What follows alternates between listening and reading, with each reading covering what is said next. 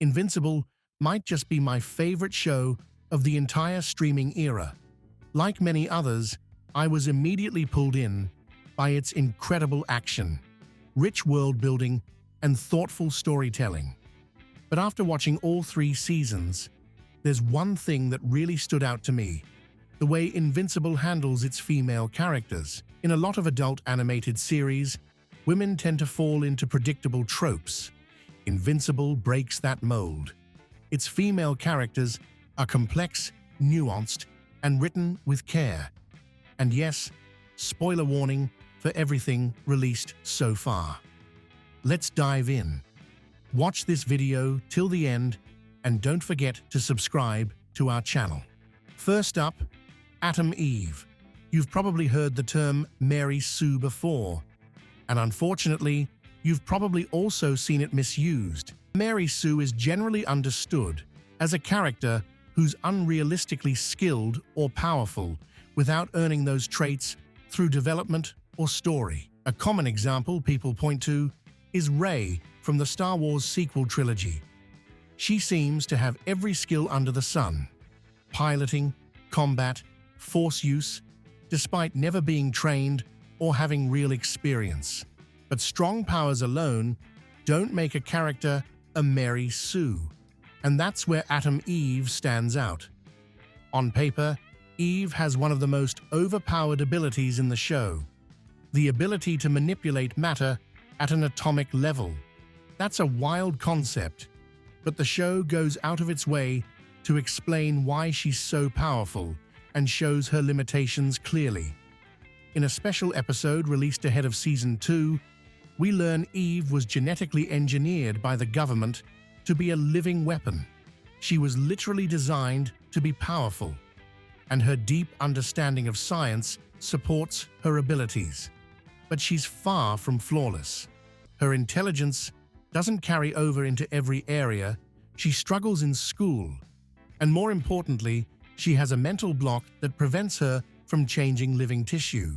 It's only during an intense trauma, the death of her family, that she temporarily overrides this block. Even in fights, Eve isn't perfect. As a kid, she can beat villains like Kill Cannon thanks to her powers, but she lacks fighting technique. One good punch knocks her out of the fight. As an adult, she still struggles with precision and accidentally puts civilians in danger. And when things go wrong, there are consequences. Her reckless use of her powers leads to personal loss, including the death of someone she cares deeply about. Let's talk about Debbie Grayson next. A lot of cartoon moms fall into a frustrating stereotype: the nagging, always right voice of reason. Think Marge Simpson, Lois Griffin, women who only exist to scold their bumbling husbands or disobedient children. At first, Invincible seems to be setting Debbie up in the same way. She walks in on Mark in the bathroom, asserting herself as a parent. But as the story progresses, her relationship with Mark deepens. After Mark gets his powers, the dynamic shifts. He becomes superhuman, flying, punching through walls, surviving hits. Debbie stays grounded in reality, still a regular human mom. When Mark tries to assert independence by practicing his powers at night, Debbie doesn't scold him outright. Instead, she acknowledges how important his powers are, but also reminds him that she's still his parent, and he's still a kid figuring things out. Human next is Amber Bennett. In many superhero stories, the love interest just goes along with the whole secret identity thing. But Invincible challenges that idea. Amber doesn't take kindly to being lied to. And honestly, who would? Mark, still a teenager, handles things the way he's seen in comics, by hiding the truth. But Amber sees through the excuses and grows frustrated. It's not just that Mark is unreliable, it's that he's dishonest. Yes, she gets angry. Yes, she overreacts at times, but she's also a young person in a difficult situation, trying to make sense of being in a relationship with someone who lives in a completely different world. Let's look at the other women heroes, starting with Monster Girl. She flips the magical girl trope on its head. Instead of transforming into something more elegant or sparkly, she becomes a giant monster. Her relationship with Rudy, Robot, is one of the more heartfelt in the show, as he creates a younger clone body to be closer to her emotionally and physically. That connection helps both of them grow and push past personal limits.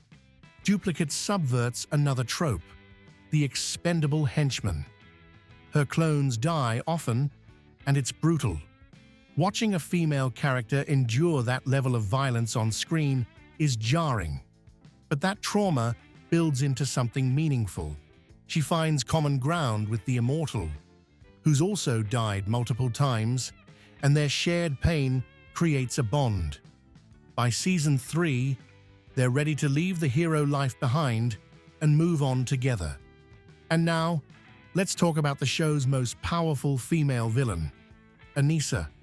When she arrives, she's a clear, terrifying threat. She easily defeats creatures that gave Mark trouble and knocks him out in a few hits. She's the first woman in the series to pose a genuine, world-ending threat. And after seeing her raw power, you think there's no way she could possibly do more harm. But then she does. And that's where we'll end things. If you enjoyed this breakdown, leave a like, share your thoughts in the comments, and subscribe for more deep dives like this. Thanks for watching.